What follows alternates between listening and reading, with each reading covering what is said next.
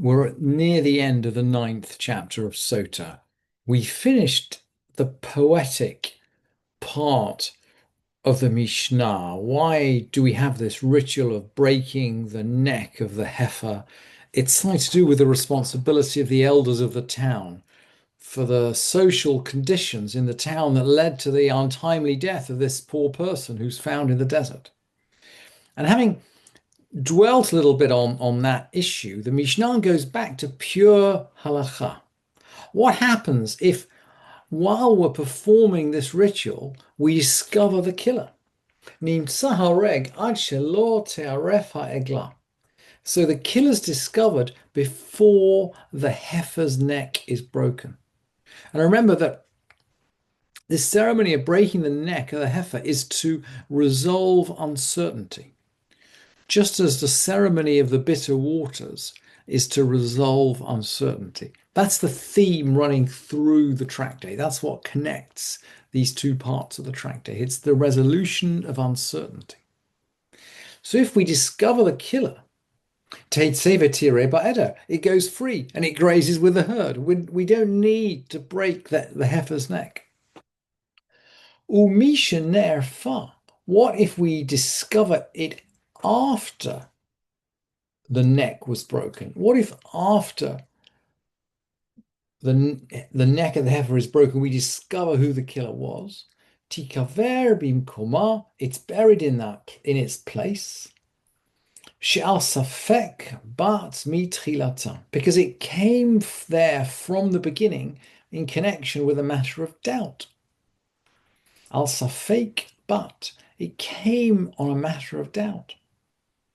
Ki pras feka, it atoned for its doubt. Somehow this doubt seems to be something that we need. We can't live with this doubt. We need to somehow cover up the doubt, atone for the doubt. Ki pras feka, it's atoned for its doubt. Vehalchala, and it's gone. It's dead now. All we can do is bury it. If the heifer's neck was broken and afterwards the killer is found, hareg, he's going to be killed. I mean, the breaking the heifer's neck doesn't exempt the killer from justice if he's discovered. What if we're not sure whether we've resolved the uncertainty? So, Aid Omer Ra'iti et Hareg, one witness says, I saw the murderer. This is not enough in any case, by the way, to convict the murderer. One witness is not enough to convict a murderer.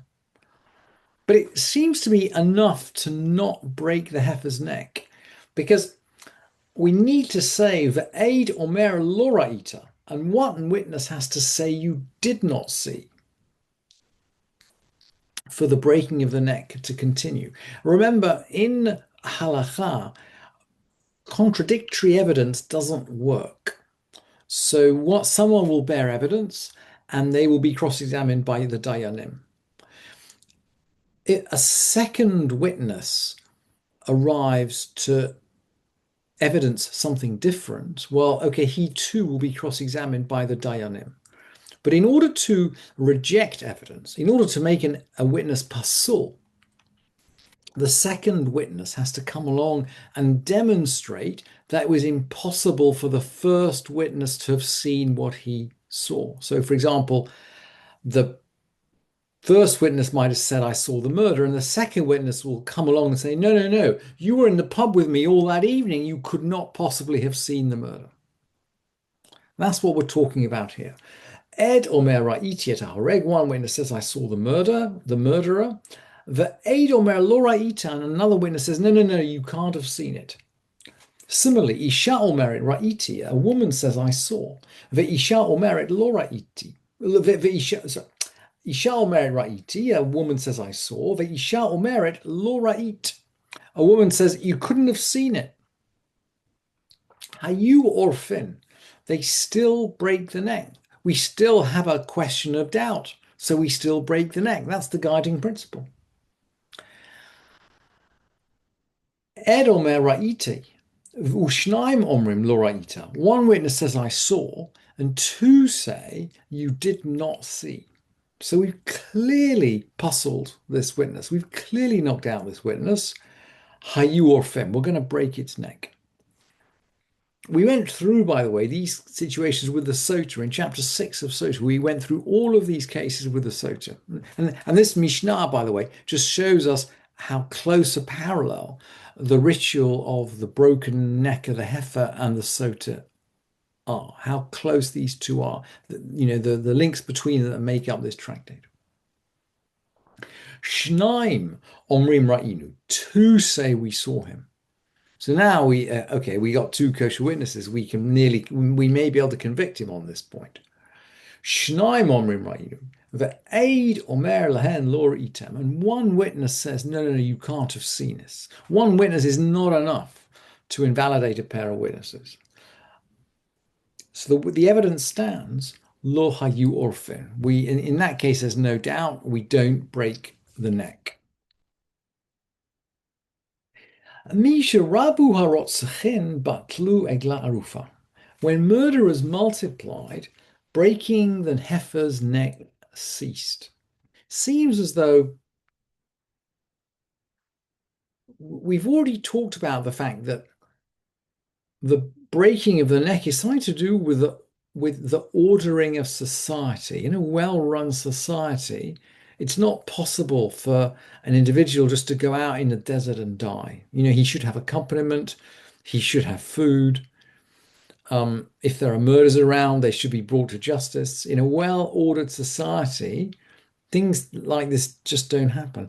But it seems that if society has broken down, then somehow we don't do this ritual anymore. Misha Rabu Harotzachin Batla Egla Arufa. When murder is multiplied, breaking the heifer's neck ceased. And the Mishnah is now going to mention a famous murderer. For example, Misha Ba Elazar ben Dinai, Utchina ben Prisha. When Eliezer ben Dinai came, and he's actually called Tchina ben Prisha. Ben Prisha Hayanikra. He was called Ben Prisha, and then Chazruli Krotor Ben Harotzchan. They renamed him son of the murderer. We had a famous, we have a society in which there's a famous murderer. What sort of society is that? A famous murderer running around, not in prison. At this point, we can't make atonement for mysterious deaths. Mishrabu hanoafim pasku hamayim hama'ararim. When adulterers multiplied, the bitter waters ceased. Again, we're pulling together the two halves of our tractate, the two subjects of our tractate. The heifer with a broken neck and this tragic wife drinking the bitter waters. When adulterers multiplied, the bitter waters ceased. And we've already learned that the bitter waters only function at a time when the man is innocent. When the men cease to be innocent, the bitter waters don't work anymore. Rabban Yochanan ben Zakkai hifsikan. Rabban Yochanan ben Zakkai stopped them. So we're talking really at the time that the temple was destroyed. And this is a time of extraordinary social and religious change in any case. So this tractate in the Mishnah, which is codified nearly 150 years after the destruction of the temple, this tractate in the Mishnah is actually remembering back 150 years. Yeah, this practice ceased 150 years before the time of the Mishnah. Rabban Yochanan ben Zakkai hifsikan she'nemar lo efkod al benotichem ki tiznena ve'al kalotichem ki teafena. I will not punish their daughters for fornicating or their daughters-in-law for adultery. And the verse continues. It's not quoted in the Mishnah, but the Mishnah expects you to know it. For they themselves turn aside with whores and sacrifice with prostitutes, i.e. the men are as guilty as the women. At this point, we do not punish the daughters. It's from Hosea.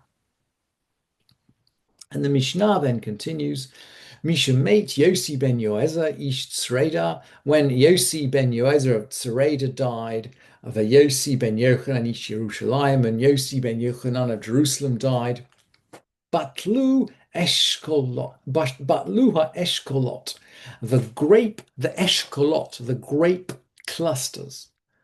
The grape clusters ceased. What are these?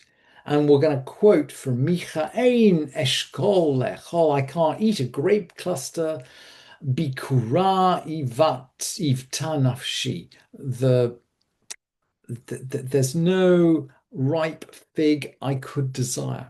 And again, the Mishnah expects you to know the next verse, which begins the part. Well, let's have a look at the next verse. Avad chasid mina aretz veyashar ba'adam ayin. The pious, the chasidim are vanished from the land, and the yashar, the upright, there are none left among men.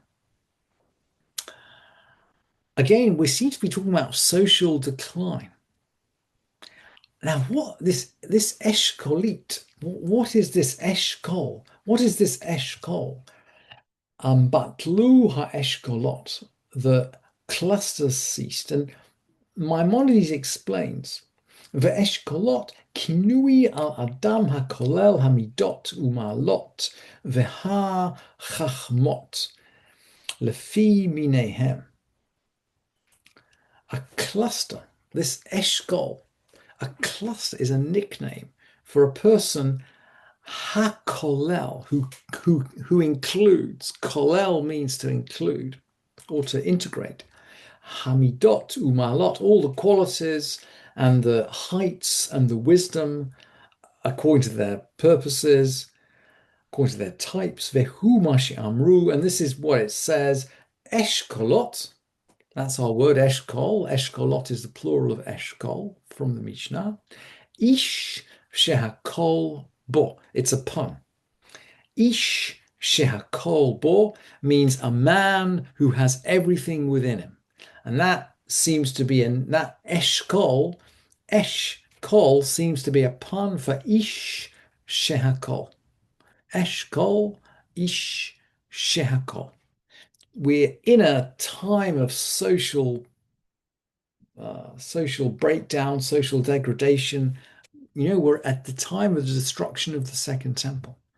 We're at the time of the Romans laying waste to the land of Israel. We'll have the revolt and the fall of Betar just 50 years later. We're at a time of breakdown, and it seems as though the Hasidim and the Chachamim have just vanished from the land. And at this point, these symbols of social order, the ritual of the heifer with a broken neck and perhaps the bitter waters too, they cease too.